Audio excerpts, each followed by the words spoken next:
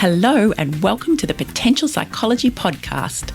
I'm your host, Ellen Jackson, and it's my mission to share the science of human behaviour in a practical, fun and inspiring way. In each podcast episode, I interview an expert from the fields of psychology, wellbeing, leadership, parenting or high performance. I pick their brain to uncover what they know about living well, what tips do they have for you and I quiz them about how they applied their expertise in their own life. Join me as we discover simple, science-backed ways to live, learn, flourish, and fulfill your potential. Hello, and welcome to episode 53 of the Potential Psychology Podcast, a very special episode as I am here on site at the 6th World Congress on Positive Psychology at the Melbourne Convention and Exhibition Centre. And the Congress is a 4-day event hosted by the International Positive Psychology Association and their event partner, the Centre for Positive Psychology at the University of Melbourne. And I'm here as one of, I think, around 1,000 delegates from over 50 countries who are learning from speakers from over 30 nations, all experts in some domain of positive psychology and the science of human flourishing. And one of the goals of the International Positive Psychology Association and the Congress is to share the findings of positive psychology with the broadest possible international audience. So I figured what better way to support and serve that goal than to share my experience of the Congress, all 4 days, what I'm seeing and hearing, what I'm learning and who I'm meeting with you here on the podcast. So let's go, shall we? I am at Southern Cross Station here in Melbourne. I've just arrived from Ballarat and I'm going to go and look for a cow up a tree. I'm joining teams of World Congress delegates in the International Positive Psychology Association, or IPPA's, wellbeing adventure race around Melbourne, one of the very first events for the Congress. And this is an opportunity for delegates to explore Melbourne, get to know one another, and discover new wellbeing strategies in a kind of fun, competitive, amazing race-style scavenger hunt. So let's go and find that cow up a tree. So I don't know about the race participants, but I've just made my first mistake. Don't trust Google Maps in the big city because I think the buildings and things interfere and I don't know, it's just sent me all over the place. So I have found the cow up a tree and I have found Dr. Aaron Jarden, who is here as one of the waypoint check people, I suppose might be the term, and he's guiding and giving certain activities which we'll find out a bit more about shortly in our wellbeing race. So Aaron, you are one of the organisers of this, yes? Correct, yes. And what's the purpose of the wellbeing race?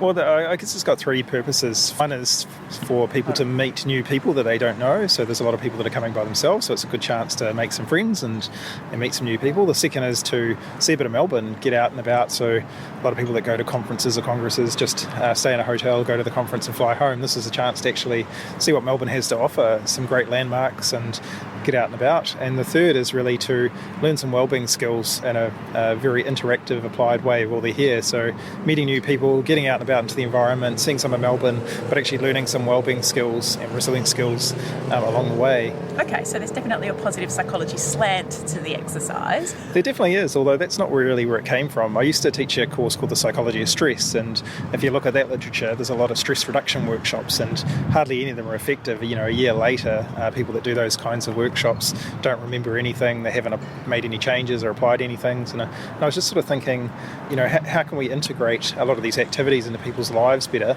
And that means you've got to sort of take them out of the classroom and into the environment to do it. It was sort of that coupled with an idea of team building. So rather than your traditional yearly team building, let's do a bizarre activity or go to the pub where it's just taking people out of a stressful environment for a day, but actually let's teach them some skills. And that's where the idea of skill building out in the environment came, and then we gave it a bit of an amazing race kind of feel. And excellent, fantastic. And so this is not the first time you've done this particular event or run this particular event, is it? That's correct. This is the third time. It takes a bit to organise one of these. This is the first time we're doing it by a waypoint organisation. So before it was everyone just came along, we went from one activity to another. This time the team's a bit like orienteering, can choose where to go. So it's a bit more complicated to set up this time. Okay, so they work their way, or they have to gather a number of points, so they attend a number of checkpoints, which are quite well spread around Melbourne, I've seen from looking at the map. Yep. So, and they don't have all day to do it in. It is actually time limited, isn't it? Yeah, so the race started at 1:30 and they need to be back at the convention centre by 4. So they've basically got just over 2 hours to get around, see some of Melbourne, learn some skills. And what are some of the sillier activities you've got them doing? Sillier activities, I'm not sure how you'd classify it. Well, maybe fun, okay, or maybe purposeful, I don't know. One of the activities is called 5 Ways to Wellbeing. Yep. So we get them to pair up and we don't tell them what to do, and we say, draw a picture of your partner without looking down at your page. So they sketch the other person without looking at what they're drawing. Then we explain there's a model of wellbeing called the 5 Ways to Wellbeing, and it taps into different ways to build your wellbeing, such as connecting, taking notice, keeping learning, giving and being active are the 5 ways. And we say that activity that you just did tapped multiple ways to improve your wellbeing. You were taking notice of the other person, you were learning about your drawing abilities, you're definitely connecting with the eye contact, not so much be active, and at the end we get them to sign their name and pass it over, and so they're giving something away. But we're sort of teaching the idea and the skill that building your wellbeing isn't about doing one thing, but activities can build your wellbeing through multiple pathways to wellbeing. So a lot of people like that activity. It's a really fun one to do, developed by Nick Marks from the New Economics Foundation in the UK. It's where we got that one. Cool. Very cool. So it's a very experiential. And do you do any kind of, not that I want to get too scientific about it, but kind of pre or post measures, or do you just ask people at the end, how have you found the whole race? Has it been fun, or is it really just watching their faces and seeing? Just watching their faces. There's no evaluation or measurement. Yeah. But you would have seen at the start there was a lot of laughter, and each activity, like the 5 ways, or some of the activities are a little bit more serious, like savouring is not so much laughter going on. This one here where we're at now, it's about capturing the awe and beauty of the environment. But yeah, some of the others are more interactive. Or have higher positive emotions, I suppose. Fantastic. I'm going to go and find some of your colleagues at the other waypoints to see what they've got to say and see what they've experienced themselves over the course of the day. Thank you. No problem. I am on a tram. We're in action here. I'm on a tram and I have just run into a wonderful group of ladies who have been doing the wellbeing race this afternoon. I've got Anne-Marie, Julie, looking at name tags here, Gita and Helen. And how have you found the race this afternoon? A lot of fun. Yeah, we've really enjoyed it. We really enjoyed the Centre for Positive Psychology at the Melbourne University. Loved the work that they're doing and experiencing the new app that they're working on. And then we've had fun getting around. We've learnt some new things about each other and shared some secrets, I guess, about each other as well, maybe. Good. Well, that was part of the role of the exercise, wasn't it? It's to get to know each other. Did you know each other at all, or is this the first time you've met? No, we've all just met. Fantastic. And what was it that they got you to do, or what was the kind of the most fun activity that you ended up at this afternoon? Well, in addition to the one that she already mentioned at the Positive Psychology Centre, we did an interview of one another.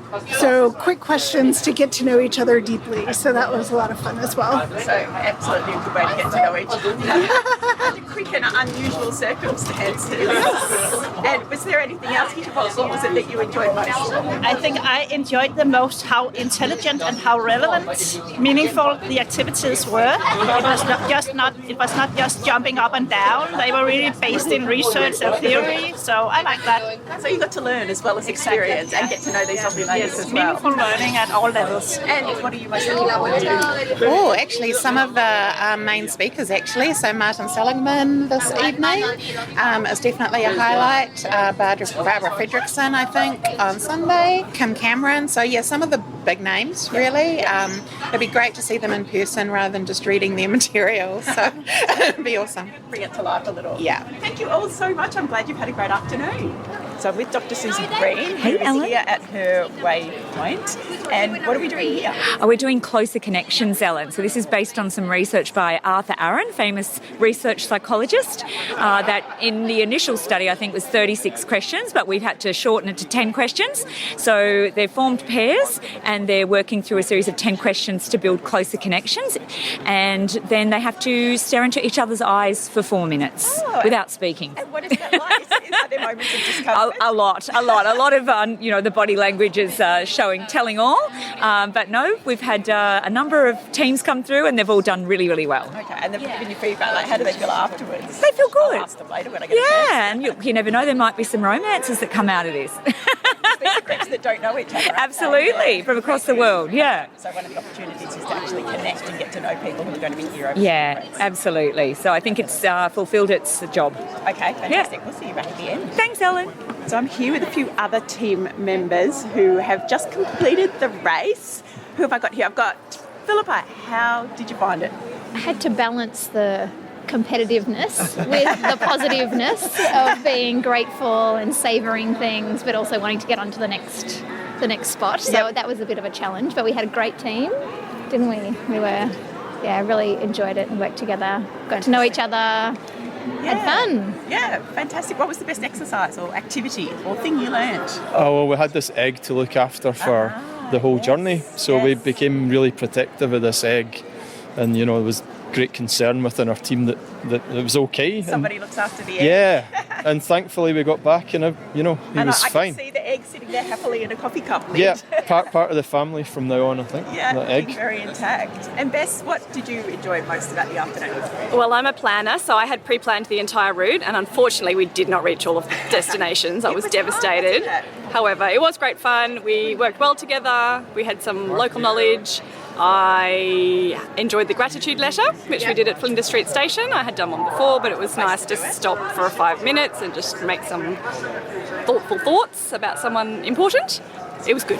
Mitchell here to join us on a short march down to the end of the building, which starts in 12 minutes. So at the moment we're busy making placards, and then at the end of the march will finish at 4:55 for anyone that needs to walk back. The winning team has been announced for the IPPA Wellbeing Adventure Race around Melbourne. The prizes are awarded and celebrations have been had, but it's a jam-packed schedule here at the Congress, and we are moving right along to the next activity. I've got Dr. Jo Mitchell with me now, and she has not only just been one of the organisers and waypoint check people for the adventure race, but she is also now leading us through a wellbeing march for Action for Happiness. Jo, tell us a little bit about this. Yeah, we're super excited. This is our first kind of public march for a kinder, more compassionate and connected world. So it's run by Action for Happiness Australia, which is a charity, and it's under our campaign, which is Haptivist. So you'll see a bunch of people around the conference with Haptivist t-shirts on over the next few days. Okay, and this is a little different. This is like a protest march, except we're not protesting against something, are we? No, exactly. Think of it more as a peace march. Like there's something that we want, and that is this idea of a happier world. So how do we get that? And we talk about it as kindness, compassion, connection. So we're going to be out there, and we've got a whole lot of beautiful, colourful placards with everything from hope is where the heart is, to be kind, to be happy and smile. What do we want? Compassion. When do we want it? Now. And music. We're going to have some fun. Spreading the word of happiness and positivity. Yep, exactly. Way to kick off the conference. Exactly. Thank you, Jo. Thank you. Ready? All right. Ready to do this? Okay. So let's go. Have as much fun as you can and be loud. We're going to head out. So we are walking along the waterfront here in Melbourne, and it's glorious actually. The rain has stopped after a couple of weeks of fairly solid rain, and it's verging on sunset, and I'm watching all of our Haptivists out here with their placards. There is glitter, there is sequins and sparkles, and as they walk along with their chant, what do we want? Compassion, when do we want it now? I think that's it. They are handing out little pamphlets and brochures and information to everyone they can see as they pass. It's a whole lot of fun. So some more fun stuff. I am at an Unplug and Hug session, one of the lovely practical wellbeing events interspersed between the multitude of more conventional speaker sessions here at the Congress. And we're about to do a little mindfulness, a little gratitude, and I believe some hugging for wellbeing.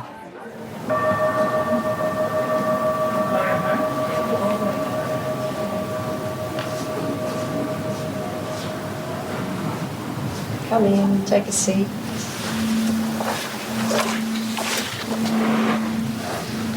So this session is Unplug and Hug. Time to disconnect from your devices, disconnect from the hurly-burly and the bzzz that's been going on in your heads for the last couple of days, And it's an opportunity to settle into our bodies, to reconnect to us, ourselves at a deeper level. And then we're going to actually use the cards and a little activity to reconnect with each other in a different and deeper way. And unplug and hug. I hope you're all expecting that we're going to get some hugs out of this at the very end as well. Virginia Satir is famous for saying we need 4 hugs a day for survival, 8 for maintenance and 12 for growth. We've got enough people here each to get 12 hugs. Heart-to-heart hugs are what I want to finish with. Most of us, when we hug, we actually go one way, which is not a heart-to-heart. Heart-to-heart hugs are your left hand goes up. Think about it in your plane banking that way. Your left hand goes up so that your heart's actually closer. Can I have somebody like to volunteer and give me a hug? Sure. Yeah. So the idea is left hand up so that we actually have our hearts. Then we clasp. I am with Nicola Liscombe, and we have just done an unplug and hug session, which is something a little bit different Isn't here it? at the conference. And it was glorious, I have to say. But Nicola, can you tell us a bit about what we were doing and how you came to be delivering this kind of workshop here at the Congress? Well, my story is one of being very cognitive, scientific, intellectual individual. I'm a former pharmacist, a former academic, very much lived in my head. And over the last 8+ years, it's been a journey of mine to become more embodied and live from a heart space. And by doing so, be much happier in the process. And I created Unplug and Hug about 18 months ago. So I've been running sessions in Adelaide, and I brought it to IPPA, which is very exciting. It is. And we take people through a process to enable them to get out of their heads and operate from less of a cognitive, more of an embodied heart space, taking them through breathing, mindfulness of breath. I've got a process that I've created to get people, which you've experienced, get them really into their heart space, which uses a variety of techniques. And it was glorious, I have to say. I'm feeling very zen as a consequence. Great. And then I use artwork. I actually use street art, which is quite novel because we know that art is a medium or a means of bypassing that real cognitive side of ourselves. And you come to a conference like this and it's a lot of cognitive scientific. So it's a way of connecting with a human being outside of that domain. So I use the artwork, and we usually find there's at least one person in the group that ends up in tears as well. It's a real profound connection with self and connection with others that until you've experienced it is sometimes quite hard to explain. Yeah, and it was, I mean, for me, just going through the calming of the breath and that sort of exercise, and then you took us through like a loving kindness type activity. So we're imagining people in our world for whom, you know, who had strong feelings, and then that kind of connection with the image. And then we finished with hugs. Of course, you can't have an unplug and hug session without hugs. And so what did you tell us about the hugs? Because there's something special about the hugs. 2 things. Virginia Satir is famous for saying we need 4 hugs a day for survival, 8 for maintenance, 12 for growth. So I was aiming for everybody to get 12 hugs. And I lost count, but I'm sure I got at least 12. We know that hugs actually activate the oxytocin system, you know, that bonding hormone, which is my favourite neuropeptide, being an ex-pharmacist, can't help it. But it's also the way we do hugs. So it's heart to heart, which is the opposite from the way most people do it, so that we actually are connecting energetically, heart to heart, so we're closer to the other human being from that space. So it's left arm up. You described it as kind of aeroplane banking. Yes, put your left arm up and pretend you're an aeroplane banking right. Yes. Wonderful. And we got an opportunity to practice that, and we did get all our hugs. And one of the things that I noticed, which I think is a glorious thing about this particular Congress, was the international contingent that you had in the room. Wasn't it beautiful? I made sure I checked, I introduced myself and checked where everyone had come from, and there was Mexico and South Korea and India and Indonesia and United States, and it was glorious. Guess what? We're all connected. We are. And that was a means of dropping into that space and not just knowing it, but hopefully feeling it. Well, I'm going to take that feeling away with me for the rest of today and Wonderful. tomorrow and hopefully beyond. But thank you very much for having a chat to me. Wonderful. We'll finish off with a hug in a moment. We will indeed. I want to share some of the amazing speakers who are presenting here at the Congress, but first I thought I might take a wander around the exhibitors. So while this is in many ways a very academically oriented conference with researchers sharing the latest findings in the science of wellbeing, it's also a great opportunity for practitioners and organisations who are applying the science in various ways to showcase their work. So I'm here now with Diane Broderick, and she is from the University of Melbourne Centre for Positive Psychology. And Diane is talking about BioDash, which is a feedback program, but I'm not going to tell you about it. I'm going to ask Diane. Diane, how would you describe BioDash? The BioDash is an optimal performance and wellbeing program. It's designed to help young people in particular, but anyone who has got performance opportunities, and who doesn't? I mean, Yes. whether it's academically, whether it's in the workplace, whether it's on the sports field, or through leisure pursuits such as music or sport. So anyone who's interested in performance and improving their wellbeing, the BioDash would help them. And it's aimed to try and make learning about wellbeing strategies as engaging as possible. So what we found, especially working with young people in schools, is that there are a lot of amazing strategies that have got the backing of science, sports science, health science, and positive psychology have really contributed some amazing strategies. But the problem is we found that young people don't necessarily engage with wanting to learn about those strategies. Just a bit more like more schoolwork? Yeah, and this is just another thing that I have to do.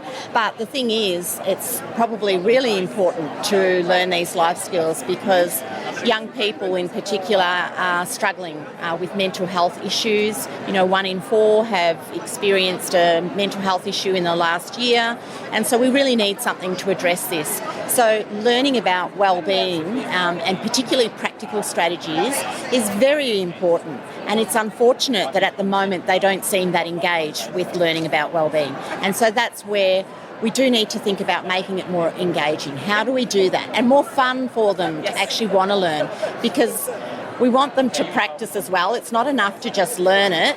They need to practice it, and then they need to be able to apply it into their real world. We've spoken to lots of young people over the years with our particular research programs, and we're starting to identify that they love technology. They really want something tangible as well. One of the issues with wellbeing for them is that they see it as this really nebulous, fuzzy concept, and so if they make the effort to actually try and do some wellbeing type of technique, whether it's a breathing exercise or mental imagery exercise or mindfulness, which is very commonly taught at school now, they want to know that it's worth their effort. And it's difficult for them to gauge how much change or benefit that they've got out of this. And so BioDash tries to do this by incorporating biofeedback. And biofeedback enables you to get a window inside your internal processes. So things like your respiration, your brain activity, and your skin conductance are indicators of whether you're stressed or relaxed. And so they can try out these different wellbeing exercises and they can see how their body responds. So they're actually getting that feedback in real time. Yeah, they're getting feedback. Calming your breathing down, or this is what's going on with your brain waves as you practice this mindfulness meditation or whatever it might be. Exactly right. And then they can also realise that they might enjoy or might be more effective at calming themselves down or focusing by using breathing exercises instead of mindfulness, for example. Okay, so tailoring it to their particular... So individualised, personalised wellbeing information is really critical as well, because sometimes they can think, oh yeah, terrific, it's worked for my friend Mark over there, but I don't know that it's really going to work for me. That's really important to make it personalised, and that's another feature of the BioDash, that they get feedback and it's personalised feedback.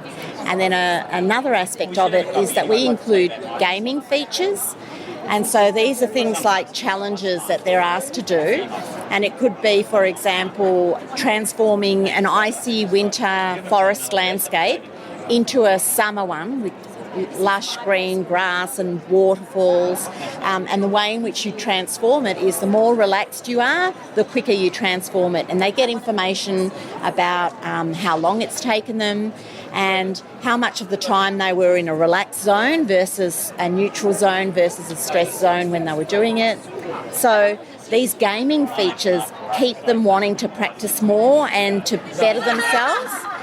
And we've also developed some apps that are tailored to their scenarios, everyday scenarios as well. So with students, for example, we've developed them walking up to a stage, giving a presentation, and sort of all the thought processes of their wondering what their friends are saying and whether they're going to do well or not well. And so they've got to try and apply the wellbeing strategies that they've been taught in stressful situations, realistic stressful situations. Fantastic. So before you have to give a presentation, you've sort of got an opportunity to actually practice some of this stuff. That's right. In a tangible way. That's right. And at the moment, so this is did I hear you say a 6-week program? Yeah, so it's 6 sessions that are about an hour each. Okay. And at present, so is this still in kind of a research phase? Is it now being implemented in schools? Where's it kind of at in the development process? So, it gives me great pride to say actually that this was co-designed with young people in mind, and especially boys, because we thought we'll start with perhaps the most challenging group first. Boys, teenagers, they're the ones that are probably the least receptive to wellbeing, and so we'll work with them to try and get a program together that might excite them about learning on wellbeing. So last year we were fortunate to work with 15 Year 10 boys from Brighton Grammar School, and they helped us refine the program to a state that they thought would be engaging for their peers. And this year we've been rolling out the program with Year 9 boys at that school, and we've involved those boys who were in the design process, and they've been trained as coaches, and so they've been coaching the Year 9 boys as well because they've used it themselves. They're helping them to think about real-world transfer of knowledge. You've learnt about these wellbeing strategies. Okay, when are some opportunities to be able to practice these strategies and to apply these strategies when you need them most? And they've been forming great relationships in being able to share that knowledge. Yeah. And so where to from here? What's the goal? Well, the goal is to be able to make it accessible to every young person of around the age of 15, 16, where they're cognizant enough to know about all the pressures of life and feel the strains of, having to perform academically, lots of social pressure as well. So it's a pivotal time in their lives where they do experience a lot of performance anxiety, and to have a tool like this help them during this phase is really important, especially as they're leading up to more intense studies, with VCE, for example. And so it would be terrific to enable every young person around this age to have the BioDash program and learn these valuable life skills that they can be applying. And I think it is really important because if a young person around this age has a mental illness and it hasn't been intercepted in a favourable way with a program like this, then it's very likely that they're going to go into their adulthood with the same mental health issues. And so we need to find innovative and creative ways and meet people where they're at with technology and ways that are going to interest them so that they want to learn about wellbeing, and that it normalises thinking about wellbeing as something that's part of their whole health routine. As much as they go to the gym and want to enjoy exercising because it's going to enhance their health, they should be thinking about mental fitness in the same way. So I would actually love to see every school have a BioDash hub where there are a couple of these devices and programs that have been set up where young people can go and practice. If they're about to sit an exam, they can go in there half an hour beforehand and try and relax or focus using the physiology and devices. But the good thing is that they don't have to be attached to these devices all the time. It just gives them some insight that they can then walk away with and have more confidence in their everyday sort of life. Use the skills. Yeah, exactly. And, you know, the biofeedback and the devices and equipment are there as a guide when they need it, but not something that they depend on throughout their life. Fantastic. I'm so excited to see, this is just one example of the wonderful ways in which we're starting to apply a lot of this wellbeing science to really practical, tangible ways to help people in all our institutions and our communities, and congratulations, I think it's very cool. I've got an 11-year-old son who, coming up to that age, I can see it happening, and hopefully this will be the kind of thing that will be, as you say, available in schools or there to assist him and his peers in the next few years. Yes, well, that's certainly the hope for me as well. And I think it has so many applications too in workplaces, for athletes as well, who experience a lot of pressure, and particularly those that are at the crossroads and determining they might make it their profession or not, and they really need to have that mental toughness to be able to focus and to be able to relax at the right time and have the right level of arousal and be in the zone. And this sort of technology that's available is perfect for them to be able to fine-tune those skills. A heap of applications. Thank you so much, Diane. Oh, my pleasure. There are over 180 speaker sessions over the 4 days of this Congress, way too many for one brain, certainly my brain. And they're catering for every interest with different tracks or themes, including body and brain, emotions, global perspectives, individuals and families, meaning, motivation, positive education, strengths, technology, work and organisations, positive health and wellness, and cool topics. And I'm very drawn to the cool topics track, but I also love attending events like these for the opportunity to see how big thinkers speak. People like Jonathan Haidt, author of The Happiness Hypothesis, Finding Modern Truth in Ancient Wisdom, The Righteous Mind, Why Good People Are Divided by Politics and Religion, and The Coddling of the American Mind, How Good Intentions and Bad Ideas Are Setting Up a Generation for Failure. And this was co-written with Greg Lukianoff, and that is the topic that Haidt is speaking on here at the IPPA World Congress. So why else, in addition to social media, why else is teen happiness cratering? Why else? So that's what my book is about with Greg. Briefly, Greg's story is this, because this was all Greg's idea. Greg is the one who realized what was going on and came to me to talk about it. So Greg is the president of the Foundation for Individual Rights in Education. It's an organization that defends students' free speech rights on campus. It started in the 1990s, and so they've always been pushing back against administrators who are trying to restrict what students can say. So Greg has this job since 2000, but he's prone to depression. And in 2007, he has his most serious depression by far. He makes very specific plans to commit suicide. At the last moment, he calls 911, and they talk him down, and they convince him to check himself into a hospital. So he checks into a hospital, and when he's released, he is under the care of a psychologist who teaches him CBT. And of course, in CBT, you learn the names of all these distortions: catastrophizing, black and white thinking, discounting the positive. So he learns to improve his own thinking. Right, he goes back to his job, and suddenly, out of nowhere, in the 2013 to 2014 academic year, he sees students demanding protections from speech, like keep that speaker out, don't teach this book. Students are acting as though words and books and ideas are dangerous, and they're justifying their demands with the exact cognitive distortions that he had learned to not do. So they're saying, if the speaker comes to campus, it will be traumatizing. People might die. Really? From a speaker that you don't have to go to? How would they actually, a little movie Heart, whoa, how would they die? But so he's puzzled by this. And then he comes to talk to me and says, John, because I'd written about CBT in my first book, The Happiness Hypothesis. So he comes to talk to me, we have this great lunch, and I had just started to see the first signs of this new way of thinking in my students at NYU.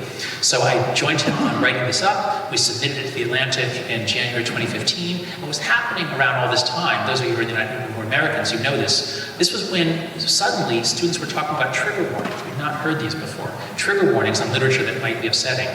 Requests for safe spaces. If a speaker's coming that some students object to and find upsetting, they don't have to go to the talk, but now they want a space where they can recover. They can be healed from the trauma of having a speaker come to campus. And we were all like, what do you mean? Like, how are you unsafe? We couldn't understand it. Also, students started talking about emotional safety. That became a thing. Emotional safety. Here's a meme going around now. We are all balloons filled with feelings in a world full of pins. So it's a powerful metaphor, and boy, what a bad way to think about yourself. That's Jonathan Haidt introducing us to just one of the 3 bad ideas that he and Lukianoff cover in their book, The Coddling of the American Mind. And that is the untruth of fragility. What doesn't kill you makes you weaker. And he introduced us to the notion of anti-fragility, which is a term coined by Nassim Nicholas Taleb, a professor of risk engineering at New York University. And this suggested that our cultural tendency to protect our kids is actually doing them more harm than good. That kids are actually anti-fragile, which means they need to be exposed to risk and challenge and difficult situations in order to grow and thrive. And interestingly, he referenced researcher Peter Gray's work on free play while talking about this topic, which was kind of cool because, as regular listeners to the show would know, we had Peter Gray here as a guest on the podcast not that long ago.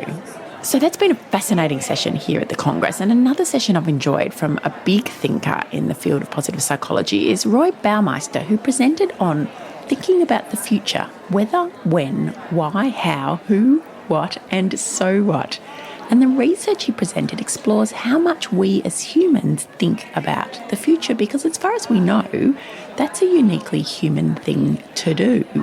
And as Baumeister points out, psychology and psychologists have historically focused much more on the past and what's happened in our past and how we think about what's happened in our past and the impact of these thoughts on our mental health and well-being.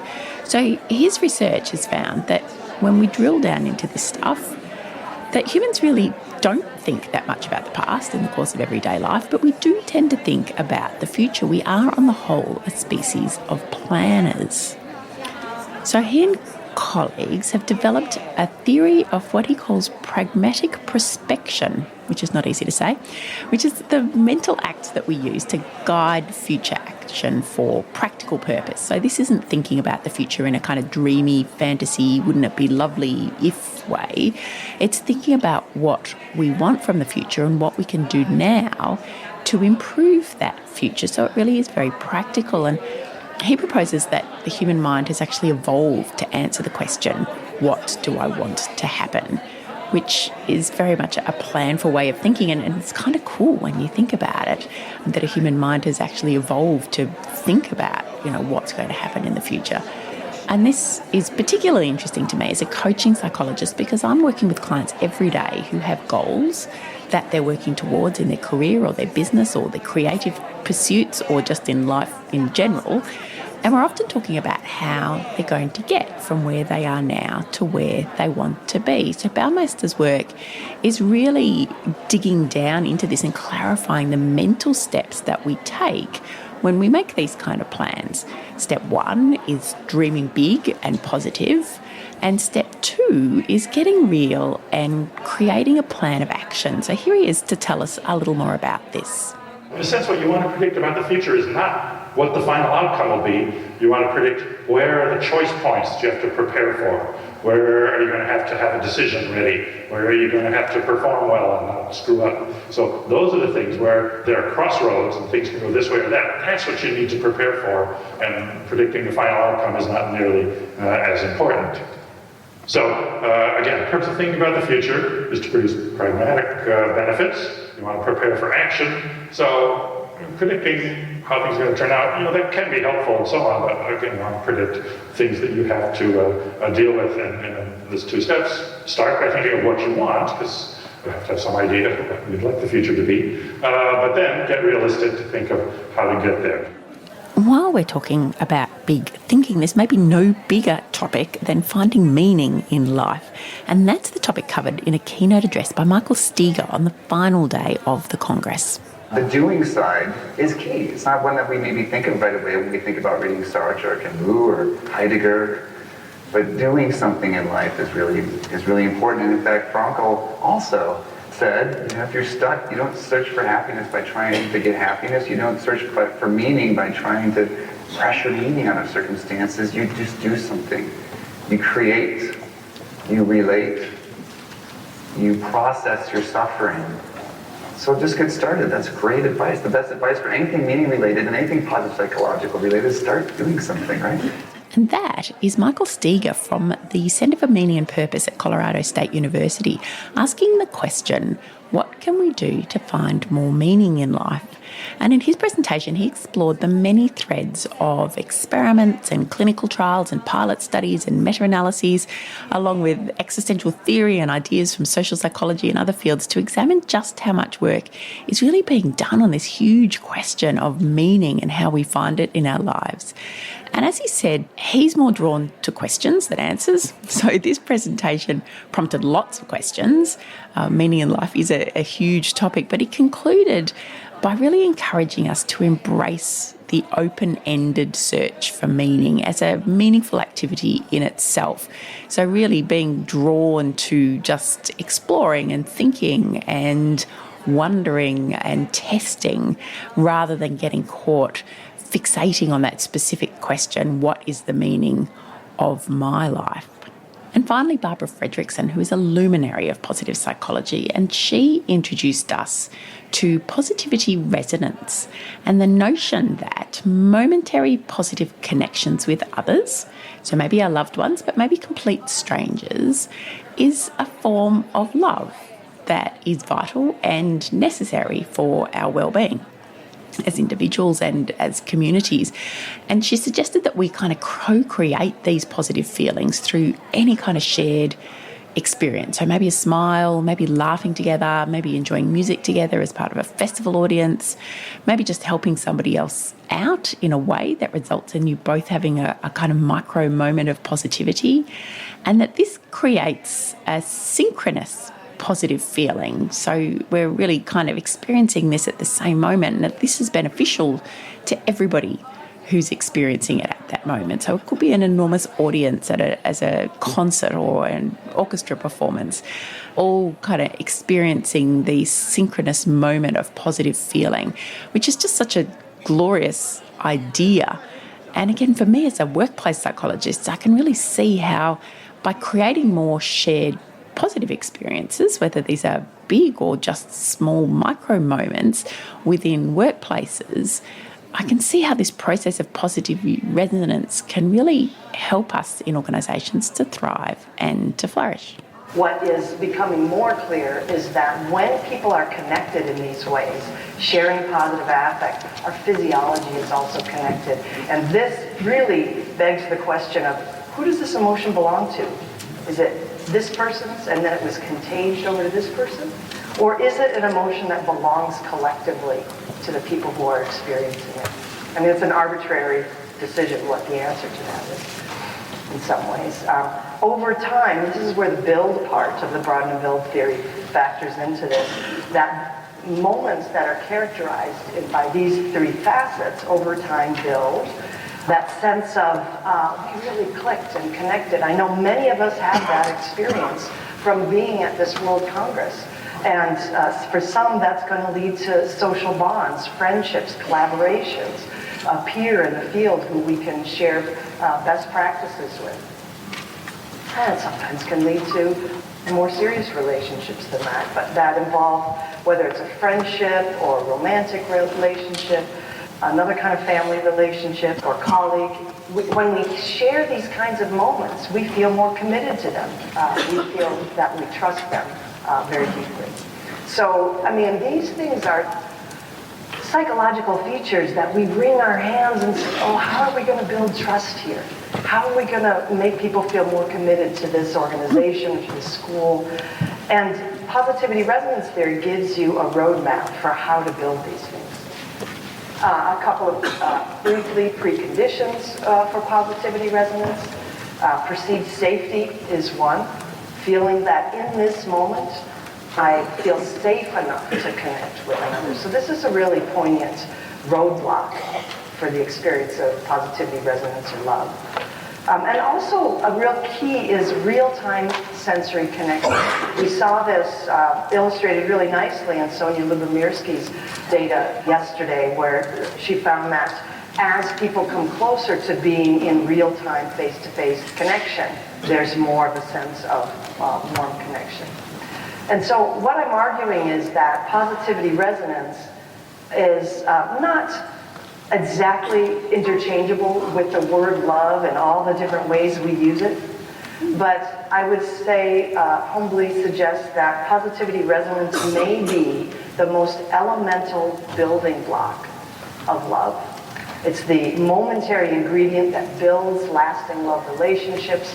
It's the momentary uplift that makes us feel connected to community and connected to the people who matter to us most. The theme of the Congress is nexus, meaning connection. And even though I haven't made it to any of the big evening events, including the gala dinner that was held on Saturday night due to my family and life and travel juggle, plus exhaustion, hats off to everybody here who's managed to pack in the full array of events, because you have much greater stamina than I do. But this Congress has been a wonderful opportunity to make connections. Connections in ideas and understanding, connections of theory with practice in positive psychology and wellbeing, connections with new technology and products and training and learning opportunities, social connections, collaboration connections. So listen in for some new podcast guests coming up as a result of this World Congress, and just a very positive human connection that we all need to thrive and flourish. So I'd like to leave you with some words from Professor Lee Waters, the outgoing president of IPPA, as she closes the 6th World Congress on Positive Psychology, exemplifying what these 4 days have been all about.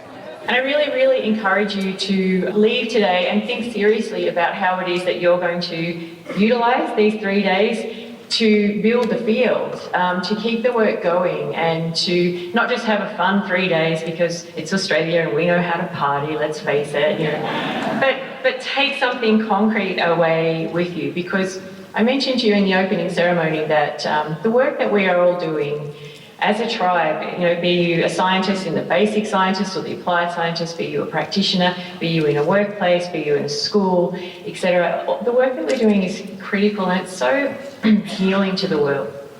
And many of you know my story, and I've shared my story publicly about being a survivor of domestic violence in my childhood, being a survivor of both psychological and sexual abuse. And I do use the term survivor very deliberately because also I've spoken publicly about this, and many of you know that my sister was not a survivor, and very sadly 2.5 years ago I lost her to suicide.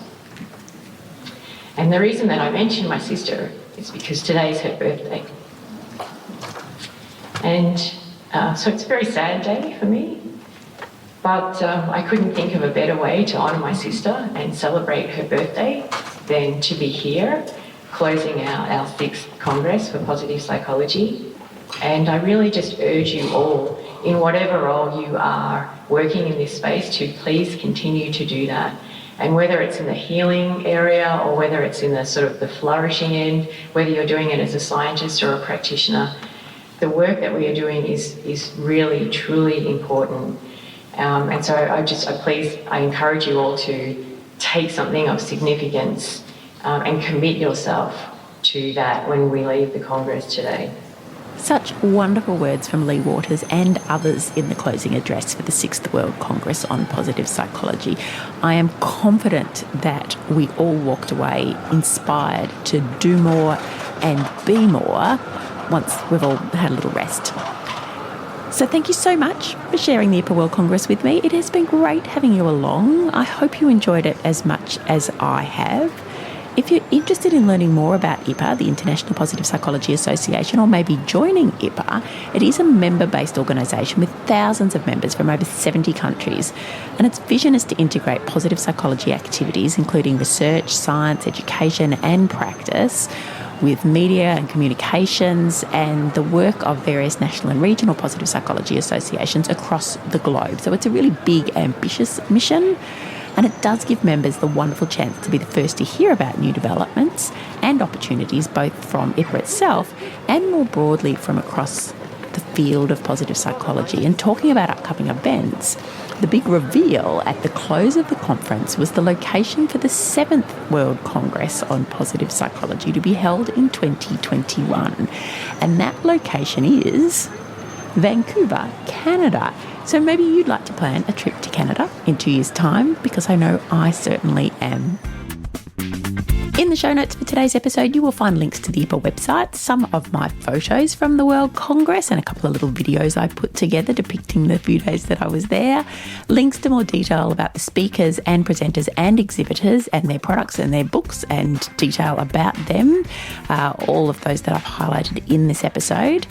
And while you're there in the show notes, why not follow the links to leave a review of the podcast, because we love reviews, or share this episode with others that you think might enjoy it too. It is super easy to share a podcast episode. You can do it via social media, SMS, email, or just good old word of mouth.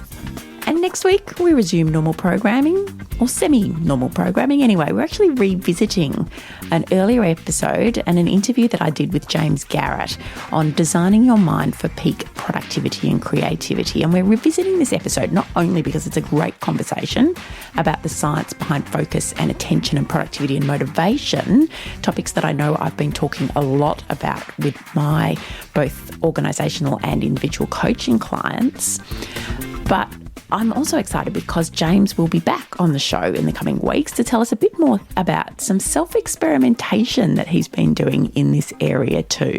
So that is next week on the Potential Psychology podcast. Thank you as always for listening. It's so great to have you here. Go forth, thrive and flourish, and I look forward to seeing you again soon.